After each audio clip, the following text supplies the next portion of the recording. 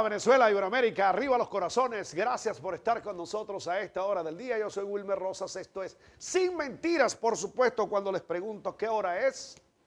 Efectivamente, ya escucho por ahí, es la hora de Sin Mentiras, a través de ANTV, un canal para todas las voces.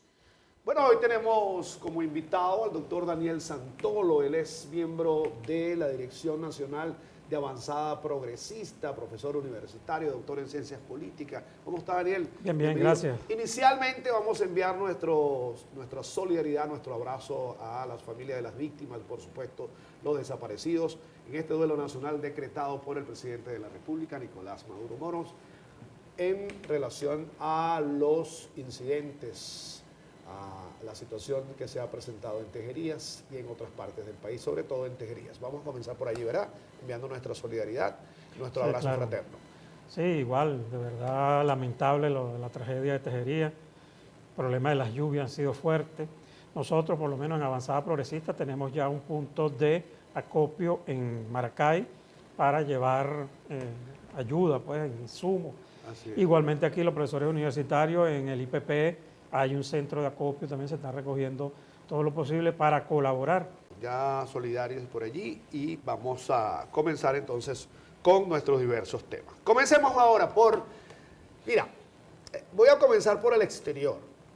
El tema de Ucrania y Rusia se está enredando aún más. Respuestas más fuertes ahora desde el Kremlin se anuncian en una ofensiva que comenzó precisamente en el día de hoy, lunes, con relación a las respuestas por la voladura de un puente que conecta a Crimea con Rusia continental. Y Donald Trump, mira lo interesante de esto, Daniel, para que tú lo analices. Donald Trump hace un llamado y dice, bueno, pero ustedes no entienden que estamos jugando ahora sí la supervivencia del mundo, porque eso de los anuncios del uso de la energía nuclear no es nada fácil. Comencemos por ahí. Bueno, pareciera mentira, ¿no? Que Donald Trump, es muy por el contrario, personaje atípico de la política en Estados Unidos, sea lo que esté llamando a la cordura, porque eso no es un juego. Yo soy contrario a todo tipo de guerra. Aquí no hay que buscar quién es el bueno, quién es el malo. El problema es que hay un conflicto que puede incluir al resto de la humanidad. Cuando ya empezamos a hablar de energía atómica, de bombas atómicas, bueno, es preocupante. Y esa guerra que se está dando de parte de la invasión de Rusia a Ucrania, por supuesto, eso va a llevar mucho tiempo. Se ve que la estrategia de Rusia es una estrategia a largo y mediano plazo. Bueno, y eso nos puede llevar, bueno, a empezar a padecer de falta de alimentos, de combustible, primero en Europa. Muchos creen que a lo mejor a nuestro continente no va a llegar, pero sí va a llegar. Si ese conflicto se acentúa en el tiempo, se magnifica, se utilizan otro tipo de armamento, por supuesto que todos vamos a sufrir el conflicto. Entonces, bueno, ese llamado que está haciendo Donald Trump y algunos otros, por cierto, Angela Merkel también hizo un llamado de atención, de buscar una solución por la vía negociada, porque bueno, ya el problema también con ahora en Corea del Norte, la propia China, pareciera que hay un juego allí nada deseable de las grandes potencias mundiales y es un juego peligroso. Aunque Josep Borrell, la Comunidad Europea, muy pendiente de cuál es el devenir de lo que está ocurriendo en relación a la intervención de los Estados Unidos de América, dice, cuidado que ellos no pueden sacar ventaja de lo que está ocurriendo. Fíjate cómo el tema comienza con la comercialización del gas, sobre todo por la voladura o el atentado del Nord Stream 2, que genera toda una situación bastante peculiar. O sea, ¿cómo es posible que justo cuando va a comenzar el invierno pasa eso, se recrudece el conflicto, pero hay alguien que está tratando de sacar beneficio?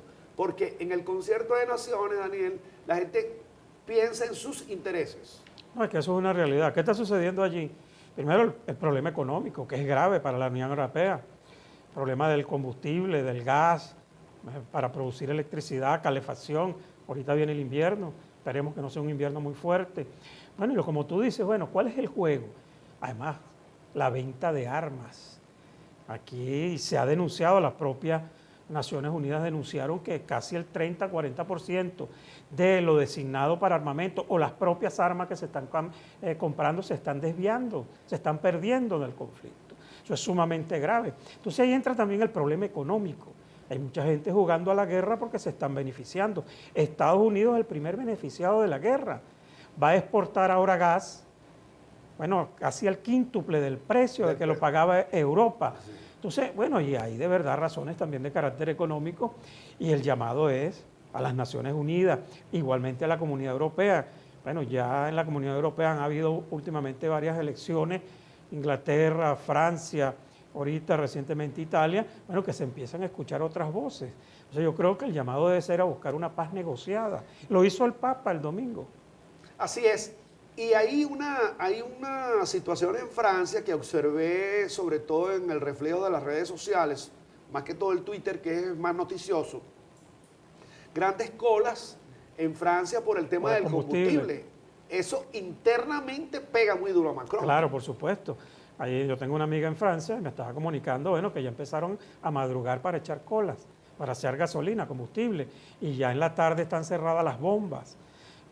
Entonces allí se está dando un gran problema. Alemania, que es la mayor consumidora de gas de Rusia, bueno, ya empezó a buscar medidas de sustitución del gas. Entonces, bueno, vamos a retroceder que a la época de las cavernas, con leña, carbón, cuando se habían eliminado ese tipo de combustibles por la alta contaminación. Bueno, ahora que están sucediendo estas tragedias. Pero ahora mira, fíjate esta cosa, este análisis retroactivo muy rápido, Daniel, que es lo siguiente. Kissinger en su tiempo de secretario de Estado advirtió: no te expandas hacia el este, OTAN, y te lo vuelve a decir en esos días anteriores. Días lo dijo. Y después ahora el propio Trump decía: no dependas Alemania de Rusia, porque mira lo que va a ocurrir. Fíjate, están las dos cosas allí de personeros importantes de la historia estadounidense. No hay que recordar que Trump, a pesar de toda su forma de ser, bueno, le dio la mano al presidente de Corea del Norte, se reunió con Putin, buscó las mejoras relaciones con China. Había ahí una relación de carácter internacional interesante, a pesar de que él es muy, si se quiere, volátil en las declaraciones, pero políticamente se estaba moviendo bien. Al contrario de Biden, vemos que pareciera que es buscar conflicto. Como yo le he dicho, ¿por qué razón tú tienes que buscar un conflicto con China? ¿Por qué no le respeta su autonomía a China? ¿Y qué tema con los demócratas? Porque dicen que los republicanos en su actitud e imagen se dicen comunicación política de halcones. Esto como en situación más débil, y los demócratas, mira, siempre en una guerra. Sí, señor, pareciera mentira. Pareciera mentira, pero debería ser al contrario. Entonces, bueno, yo creo que ojalá la comunidad también norteamericana, bueno, empiece a ver allí una respuesta a favor de buscar un mecanismo de paz. Y además la comunidad europea, bueno, se han visto manifestaciones en Europa pidiendo la paz, igual a lo interno de Rusia. Hay que buscar suspender, parar esa guerra. Vamos a seguir en lo internacional, después nos venimos a Venezuela, ¿no? Aprovechando que estás aquí en el camino hacia el primer aniversario de Sin Mentiras. Ya venimos.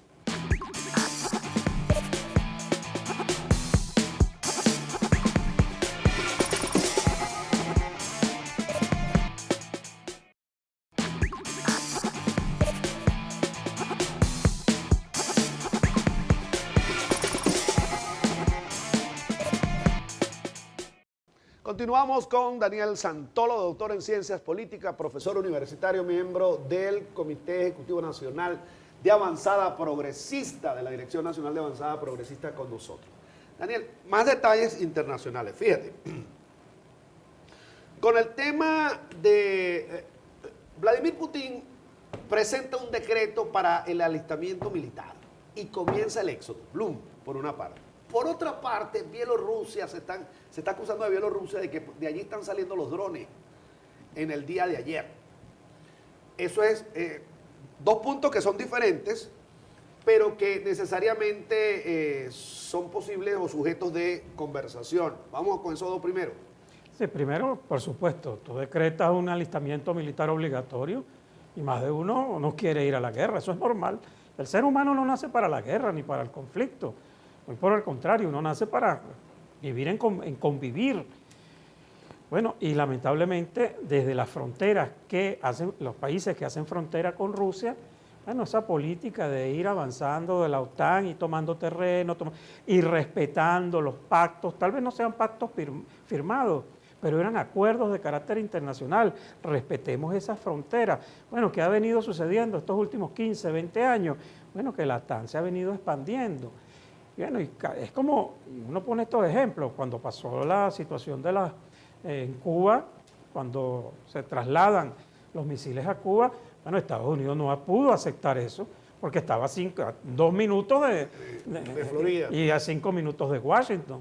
Inmediatamente Estados Unidos se movilizó militarmente y políticamente para el... Entonces tiene asidero lo que hizo Rusia. No, yo no puedo apoyar que Rusia haya... ¿Y cómo hacía entonces? Bueno, por lo menos podía ir a una negociación de advertencia. Pero ellos dicen que tienen muchos años en eso. Bueno, 14 años. Nada menos. 14 años. Entonces, bueno, se llevó al extremo, y... Desde el punto de vista de las ciencias políticas, ahora, métele academia, mucho más academia porque sabemos que tú lo puedes hacer. En el tema, en una guerra como esta, ¿hay actos terroristas?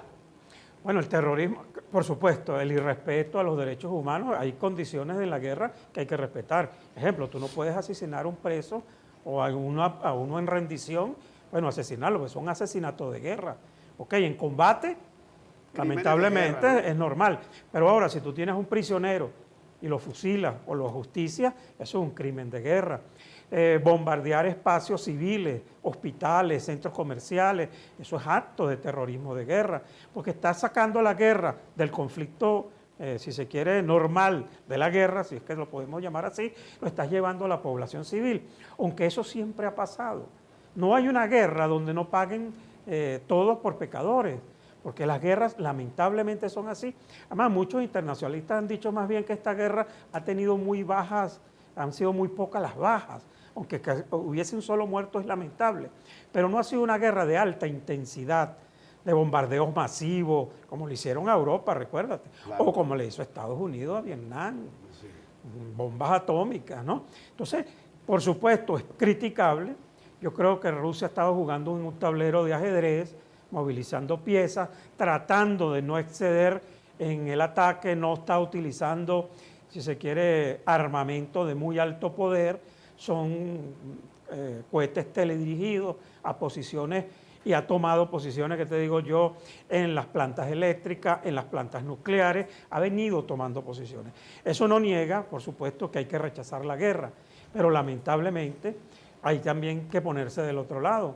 Bueno, fuiste empujando a Rusia a un conflicto por más de 14 años. Levantaste al oso polar. Te pusiste a jorungar, los chinos siempre han dicho, deja quieto lo que está quieto. Además, nosotros partimos de la autonomía de cada país. Cada país debe ser autónomo. Ejemplo, en darse sus autoridades, sus mecanismos de elección, sus culturas, sus religiones. ¿Por qué como yo, país extranjero, quiero imponerte mi visión, ejemplo, de la democracia? Esa es mi visión, la democracia, si se quiere, esta democracia occidental. Bueno, ¿cómo se la vas a imponer por la fuerza a otros países? ¿Cómo le pides tú a China, bueno, que cambie su sistema milenario de gobierno, de organización social, para imponer una democracia? Entonces, cada Estado debe tener su autonomía para su desarrollo. Además es que es un proceso, ¿no? Son procesos. Tú de la noche a la... Bueno, lo que pasa en estos países, Afganistán, Irán, Irak, bueno, son procesos históricos, igual que las monarquías. Bien. ¿Hay un proceso en Irán o están siendo inducidos? No creo que sea inducido, ¿no? Porque no es fácil un proceso inducido en Irán, porque ahí las redes sociales son muy limitadas. Al contrario de lo que nosotros llamamos la primavera árabe, que eran redes sociales abiertas, hay un movimiento muy desde afuera que provocó. Cambio más que todo esta protesta que está sucediendo, más que es interno, porque de verdad hay mucho rechazo a la violencia, hacia la mujer, hacia el maltrato. Y eso se refleja en la sociedad. Y además, el mundo cambió. Los jóvenes ahora tienen más posibilidad de desarrollarse, de enterarse, de influir, de ver otras cosas. Ya no somos países cerrados. Vemos cómo viven las mujeres en otros espacios. Hay un peligro también de recepción de mensajes sin ningún tipo de cortapisa. Claro, ¿no? ahí entra sin de censura. todo. Tú sabes que los medios de comunicación es una herramienta. La puedes utilizar para el bien como para el mal. Entonces, lamentablemente, los medios de comunicación... ¿Y tú crees que desde Occidente se está utilizando para el bien o para el mal? Hay sectores que influyen en el mal, eso no es mentira, y para obtener beneficios tanto políticos como económicos. Nosotros no podemos chuparnos un dedo. Allá hay intereses económicos, políticos, como lo que está sucediendo en Afganistán, lo que sucede en África, ¿vale? Es un país que sigue siendo explotado por Europa, por Francia, por España, por Inglaterra. Lo denunció la Meloni. Bueno, por cierto, la Giorgia la Meloni. nueva primer ministro de Italia le dio una golpiza a Francia. A Francia, sí. Porque Y a hablas Macron. de libertad y De ética. todavía mantienes la esclavitud en África para obtener los recursos naturales. Y eso no es un secreto para nadie. Ah, pero eso se calla, eso se esconde. Lo que pasa en el Congo, donde hay niños explotados, esclavizados, asesinatos a diario por el diamante, por el oro, eso se calla. Tú que eres profesor de la Escuela de Comunicación Social de nuestra ilustre Universidad Central de Venezuela y tienes que enfrentarte a esto todos los días porque los muchachos preguntan y hay que responderles. Y también hay que llevarlos a que pregunten, porque la comunicación tiene que ser una comunicación crítica. Yo tengo que preguntarme el porqué de las cosas. Yo como comunicador social no puedo solo repetir lo que escucho. No, yo se los digo todo el tiempo. Investiguen, tienen que investigar las causas, además de dónde viene la información. ¿Hay algún interés sobre que esa información sea repetitiva, que esa sea la información? Crear matrices de opinión. Por lo cual no se puede demonizar a una industria de un lado o del otro, me refiero a la mediática, ya sea occidental u oriental en el sentido del manejo de estos conflictos internacionales. Claro, bueno, y ahorita se está dando. Hablamos de la violación de la libertad de prensa. Bueno, a Rusia se le bloquearon todos los medios de comunicación. Bueno, entonces, como hay libertad de prensa para unos y para otros no. Bueno, mira lo que está sucediendo y vuelvo otra vez con Donald Trump que está denunciando o está demandando a CNN por 500 millones de dólares en el sentido de que el manejo de la información de él no fue la más correcta. El expresidente de los Y Estados tiene Unidos. todo el derecho de hacerlo, porque se supone que Estados Unidos es la democracia más perfecta del mundo, bueno, donde los medios entonces también tienen que rendir cuenta de la información o de la falsa información. Vamos con más información, pero al regreso. Ya venimos.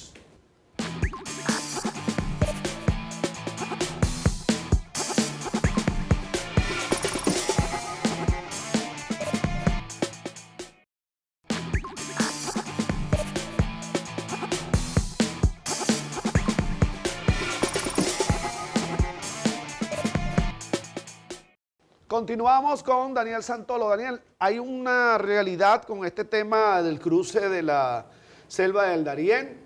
Bueno, ¿cómo es la cosa aquí? Aquí hay alguien que está armando. Yo no voy a decir que las cosas no están para irse del país. No, yo no voy a decir eso.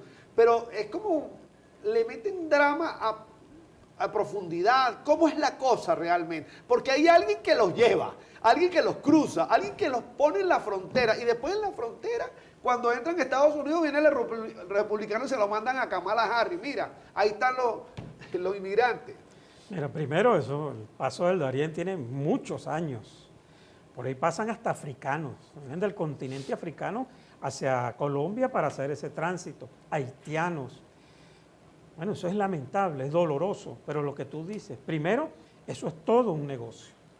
Por cierto, yo leí un artículo, no recuerdo el periodista y le pido disculpas, donde dice, y él sacó las cuentas, que cada venezolano necesita mínimo $5,000 para atravesar el Darién.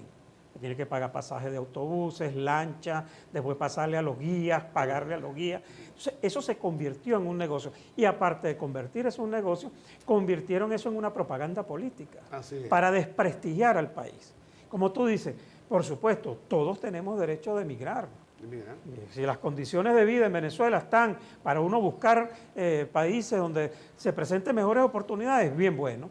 Pero tampoco tú puedes convertir eso en una propaganda política para, si se quiere, malponer al país. Lo vimos en Colombia, cómo los venezolanos empezaron a ser maltratados en Perú, porque se generó toda una condición allí. Y nosotros hemos sido receptores de migrantes desde hace 70 años. Ciertamente la crudeza de este comentario que voy a hacer no me pertenece, además abro comillas, no sé quién lo dijo, pero en alguna oportunidad algún sociólogo explicaba que eso de migrar en Latinoamérica era tan bueno como cambiarse de camarote en el Titanic, ¿correcto? Porque en toda Latinoamérica suceden muchas cosas, ¿no? Bueno, es que ahorita están volviendo muchos familiares, no voy a hablar de los demás familiares, que estaban en Perú, en Ecuador y en Colombia, se están devolviendo. Porque la crisis económica y social no es solo en Venezuela. Todos los países tienen problemas de empleo, de inflación, de condiciones de vida deplorables. Colombia, vale. Colombia que económicamente hablando, igual Chile, Argentina, que se consideran las economías más fuertes del continente, bueno, tienen crisis ahorita. Bueno, y me consta porque tengo amigos médicos que han estado en Colombia y en Chile, donde dicen lo siguiente: mira, Carlos Gudiño, tú eres médico internista, y viene y le da una clase a todos esos que están ahí. Mira, las cosas se hacen es así, así, así. Bueno, pero es que a ti te podemos pagar, pero la mitad. No, los ponen hasta de asistentes. Por cierto, yo vi las declaraciones de una diputada uruguaya, bueno, más bien regañando a los médicos uruguayos, que debían recibir con las puertas abiertas a los médicos venezolanos, porque todos esos médicos que se han ido tienen 2 y 3 y 4 posgrados. Y ella lo decía, nuestros países no han podido preparar esa calidad de profesionales que preparó Venezuela, porque nosotros tuvimos una de las mejores universidades del continente, además con una educación gratuita. En Chile tú no puedes ir a una universidad, tienes que tener recursos.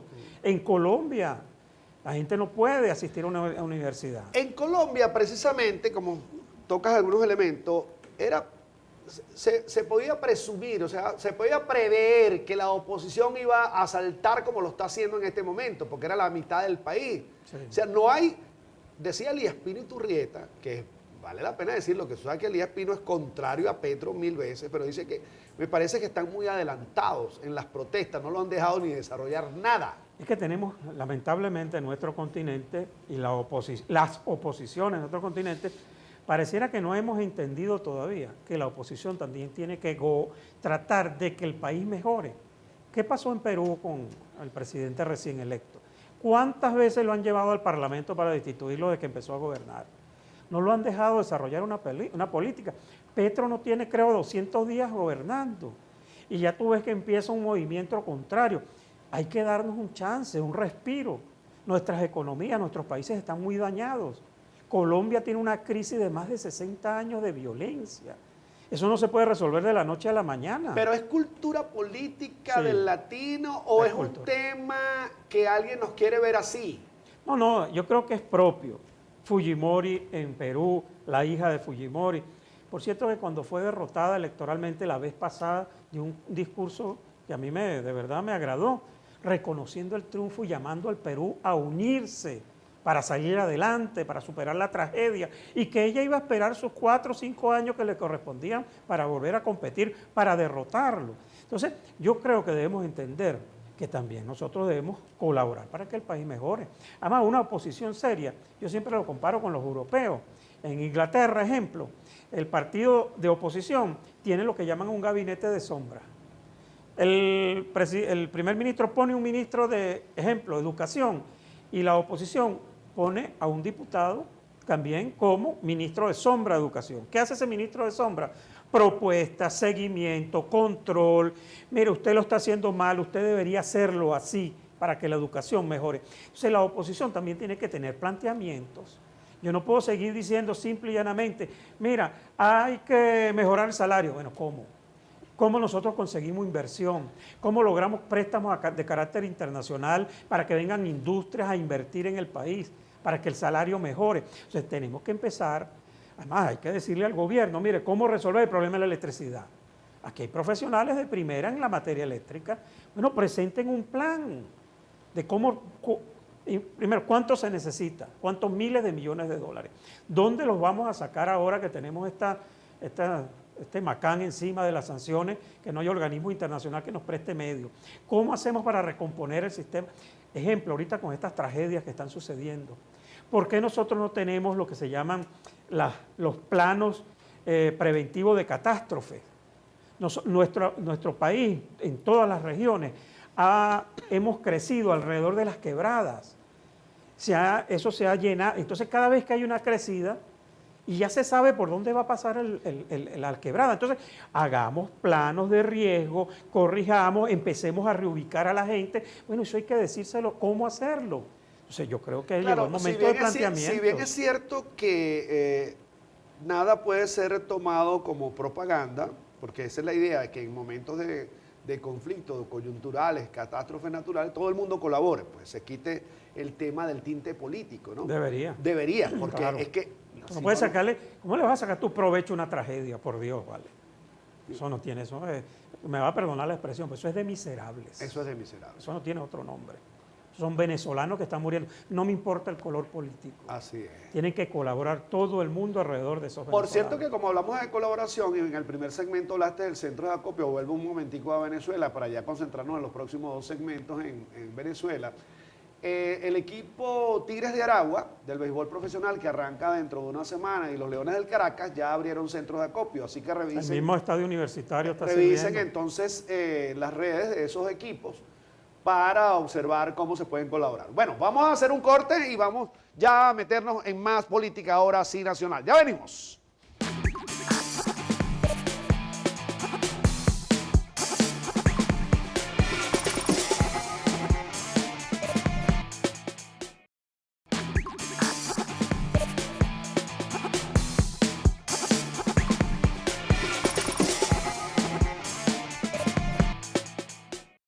Continuamos en Sin Mentiras y en estos momentos de emergencia nacional es donde se ve que la experticia y la experiencia en el manejo de las políticas públicas y en la eficiencia en el desarrollo de las mismas es en regiones específicas donde se demuestra. Y por eso agradecemos siempre la presencia de la alcaldía del municipio en La Guaira, el municipio Vargas, con el coronel José Manuel Suárez, que siempre está pendiente de su actividad, sobre todo las lluvias también afectaron Vargas. Allá en el municipio Ambrosio Plaza de Guarenas con Freddy Rodríguez, que está también muy activo. Y allá en el municipio Pedro Saraza de Guárico, donde se demuestra eficiencia en la gestión. Gracias por estar en el programa. Bien. Bueno, mira, el G4 presentó condiciones para primarias. Bueno, ayer, el día domingo, sacó un remitido ahí de que van a seleccionar a unos señores honorables De la sociedad civil. De la sociedad civil para que, pero ya les hicieron el reglamento. Ellos lo que le van a, mira, este es el reglamento, esto es lo que van a aplicar. Ni siquiera dejaron en manos de esos señores honorables de la sociedad civil la elaboración del reglamento. O sea, ya de una vez le está diciendo, bueno, ustedes van hasta aquí, pero van a hacer lo que yo digo, ¿no? Por cierto, en medio de esta tragedia, donde deberíamos más bien estar buscando que esos dineros que están recibiendo por parte de la ayuda internacional se desviaran hacia las tragedias de nuestra tierra, de nuestro territorio, las tejerías. Yo quisiera ver al gobierno interino, bueno, dando una donación de unos millones de dólares de los que gastan a diario para atender a nuestros hermanos venezolanos. Por cierto que el informe Centey habla de eso, de ustedes. Es que eso no es un informe, eso tú te metes, yo lo he dicho. ¿Cómo que no es un informe si lo acabo de ver, chico? Bueno, esto es un fenómeno, no lo suavizas la cosa, Santolo. Mi amigo Eduardo, que es muy acucioso. Imagínate tú. Eduardo, que es muy acucioso, bueno, me puso a sacar números. Y esos son los números que ellos presentan. Ahí nadie está inventando nada. El interino nos cuesta $10,000 diarios para movilización, no sé, peluquería, transporte y esas cosas. Barbería. Barbería, perdón. No sé, Ese es barbería. Barbería. Entonces, bueno, yo quisiera ver dónde está la solidaridad. Pues. Entonces, bueno, el G4 piensa hacer unas primarias. Bien bueno, que la hagan. Entonces esas primarias nacen con un peso en el ala. No, es que es una primaria que van a realizar, por supuesto, entre ellos para escoger, porque ya ellos anunciaron que el interinato dura este enero, ya en enero no tienen presidente interino. Entonces, imagino que esta es primaria es para escoger nuevo presidente interino. Y como la van a hacer sin el CNE ni nada, bueno, ellos verán ahí cómo nombran al nuevo presidente interino que empezará a regir desde enero del año que viene. Entonces, mira, si la cosa no fuera tan trágica, uno se riera todos los días de las payasadas de estos señores. Nosotros hemos venido planteando que antes de todo eso, tú tienes que presentarle un proyecto de país, ¿vale? Nosotros queremos sustituir a este gobierno, sí, pero ¿cómo lo vamos a sustituir? Primero, democráticamente, y segundo, para hacerlo mejor. Entonces, ¿dónde está el proyecto de país? Como te decía hace rato, bueno, ¿dónde están las propuestas? ¿Qué vamos a hacer con la industria petrolera? Que es la industria más importante del país. ¿Cómo recuperarla? ¿Cómo ponerla al servicio de los venezolanos? Tiene que haber un plan. ¿Cómo nos ponemos de acuerdo, por ejemplo, en la industria petrolera para ya definitivamente levantar las sanciones? Exacto. Además, están hablando nuevamente de retomar los diálogos de México. Bien bueno, que se reúnan con el gobierno. Pero en ese diálogo pongan sobre la mesa las situaciones para mejorar las condiciones de vida de los venezolanos. ¿Por qué no hablamos con la CAF que nos ofreció unos recursos para mejorar el sistema eléctrico? ¿Por qué no hablamos con Estados Unidos para que le dé licencia a todas estas empresas que ya están instaladas en Venezuela para que produzcan petróleo? Eso es lo que hay que llevar a esa mesa. Bueno, y de segundo plano, bueno, está bien lo político. Ellos quieren discutir las inhabilitaciones, las fechas de las elecciones. Está muy bien que lo hagan, pero entonces también pongamos sobre la mesa lo otro. Además, ese diálogo, ojalá lo culminen pronto, para instalar en Venezuela un diálogo nacional, ¿vale? Aquí, local, que nos sentemos a conversar como somos. Somos todos compatriotas porque vivimos en la misma patria.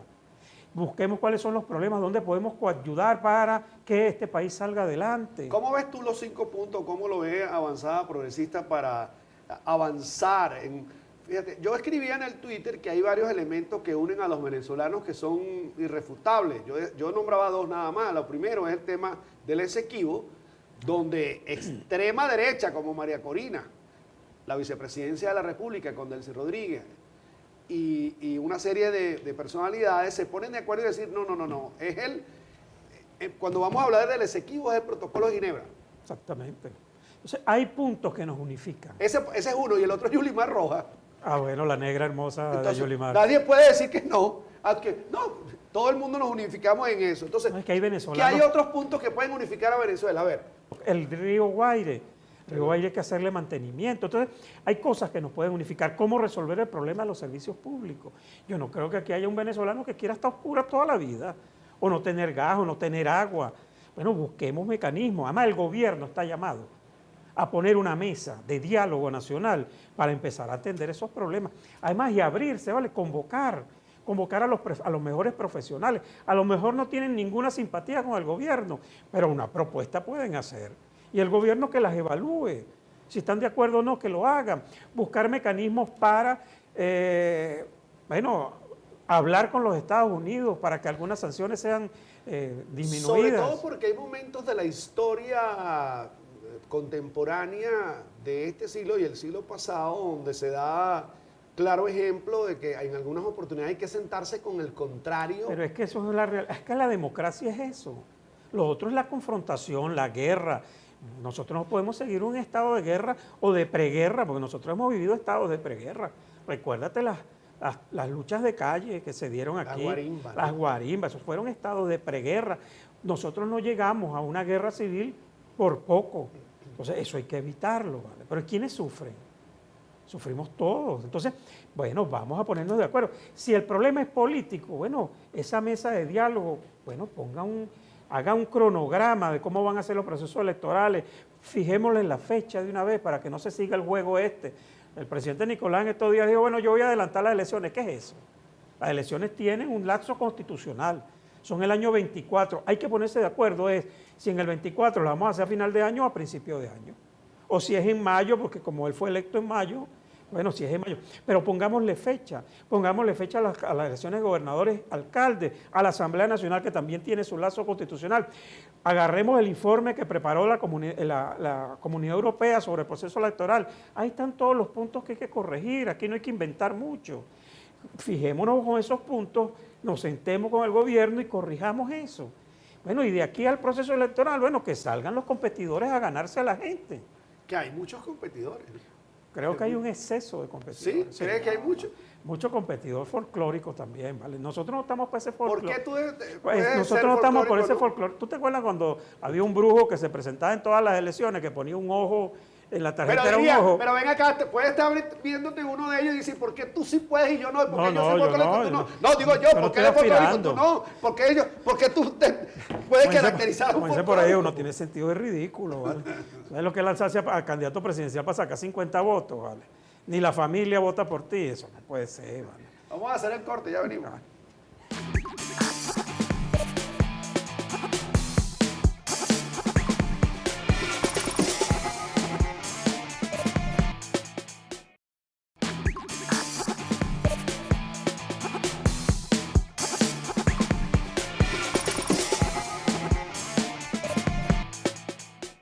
Continuamos con Daniel Santolo. Él dice que hay candidatos serios y hay otros que no lo son. Hay venezolanos muy serios que podrían ser ¿Cuáles son los propuestos. venezolanos muy serios?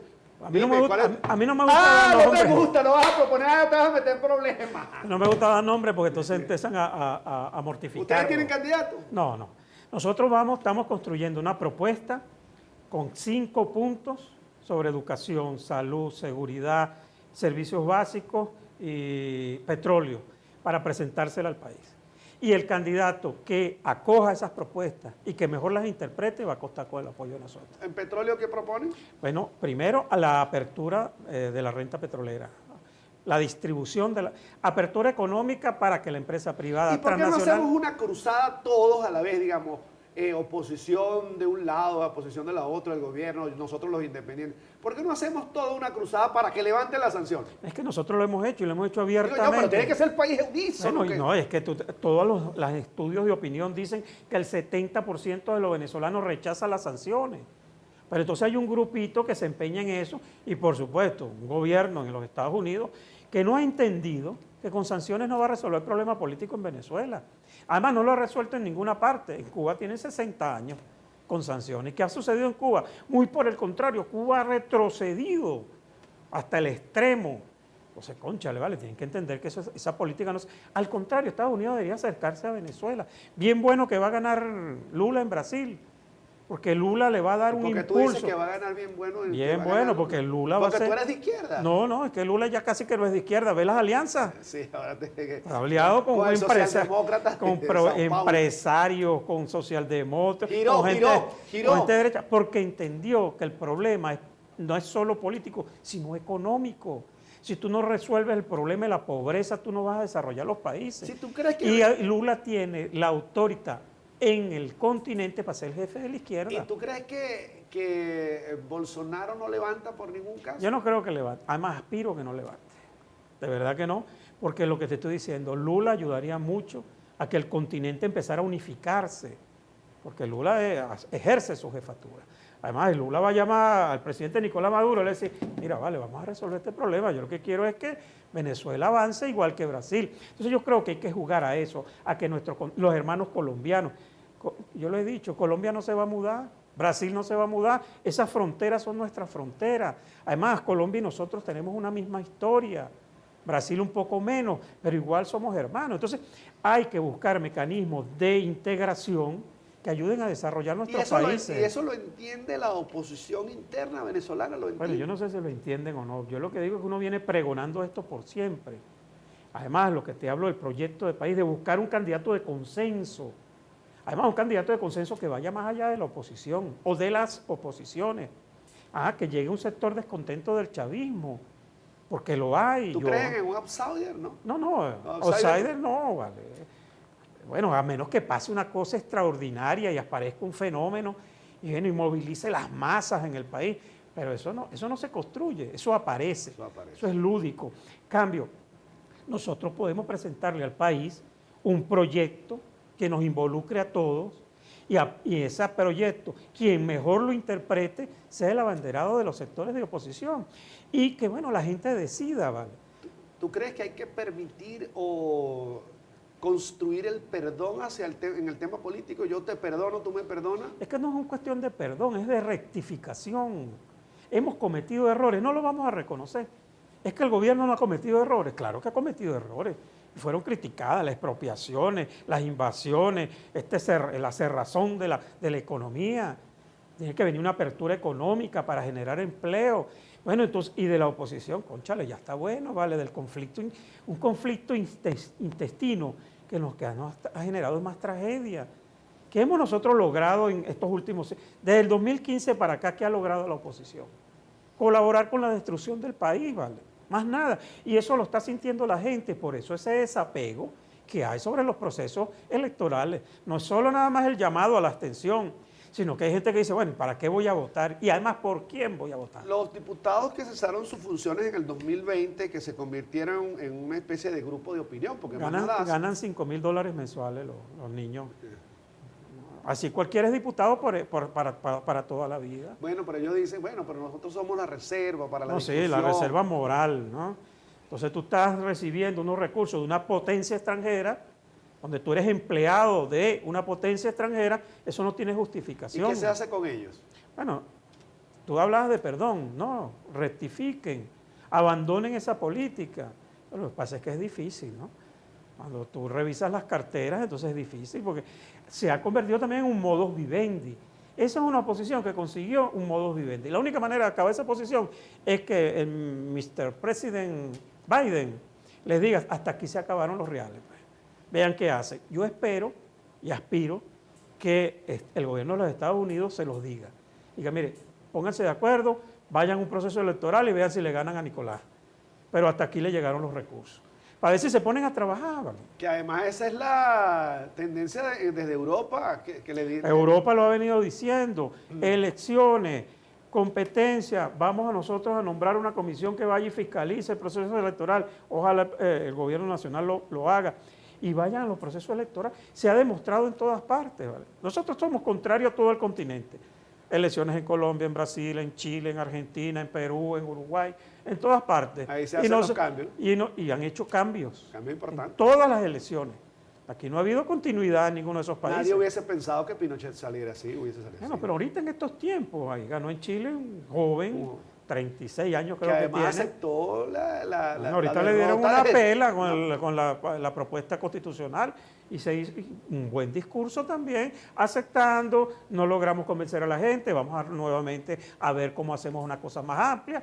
Bueno, es que eso es lo que se quiere. Mira, el gobierno nacional sale con un proyecto de apoyo social a los educadores, le dice, mira, yo les voy a dar esta indumentaria, zapatos, tal y qué sé yo, y viene un maletín y unos zapatos. Exacto, bien, pero yo digo, si tú lo quieres lo agarras, si no quieres no lo agarras. Yo te estoy diciendo que es obligado. Eso es lo mismo que los que critican a las bolsas claras o que critican a los bonos que da el gobierno. Esos son programas sociales. Lo que tú dices, bueno, ¿puedes estar de acuerdo o no? Yo no estoy de acuerdo. Listo. Pero hay profesores que no tienen zapatos. Claro. ¿Cómo hacen? Maestros que no tienen zapatos. La idea es que se mejoren los sueldos y salarios. Sí, claro que sí, esa es la idea. Y yo siempre le he dicho, no, que no le des, enséñalo a pescar, ¿no? Y mientras aprende a pescar, ¿cómo hace para vivir? Sí, el hambre, sin hambre no. Es que las condiciones sociales son fuertes, graves, ¿vale? Entonces yo creo que el gobierno está obligado a presentar sus planes sociales y paralelamente a eso, y buscando mecanismos para mejorar el salario. Es una realidad, frenar la inflación, todo esto, para que uno que es profesor universitario, bueno, recupere si se quiere, el estatus de vida de hace 30 años. Reencuentro y rectificación es lo que yo observo en tu discurso, ¿no? Sí, yo creo que llegó el momento de que hagamos una mesa interna, ojalá estos sectores que están negados, porque ellos hablan de que las primarias van a ser para verdaderos demócratas. Ellos son los que dicen quiénes son. Entonces ellos me imagino que pasarán una encuesta, y mi ejemplo. Daniel Santolo es demócrata. Llena esta encuesta. ¿Usted todos los días le pide la bendición a Guaidó, sí o no? Si pongo que no, no soy demócrata. Y Wilmer Rosa no puede participar porque es sospechoso. Es sospechoso porque el hombre está en estado general de sospecha. Entonces, frente a esas declaraciones que dan, es difícil, pero igual, sentémonos en una mesa. Yo estuve en la mesa de la Unidad Democrática antes del 2015, cuando estaba Guillermo Aveledo. Y ahí, no sé, con todas las diferencias que yo peleé toda mi vida contra Acción Democrática, contra COPEI, pero nos sentamos contra Primero Justicia, y nos sentamos en la misma mesa. Y discutimos y debatimos y nos pusimos de acuerdo. Un gran ejercicio de tolerancia, de madurez política. Amor, ellos tolerándome a mí, porque tampoco es que yo sea fácil, ¿no? Daniel Santolo, agradecido, doctor en Ciencias Políticas, profesor universitario, miembro de la Dirección Nacional de Avanzada Progresista. Gracias por haber estado con nosotros. Gracias a ti.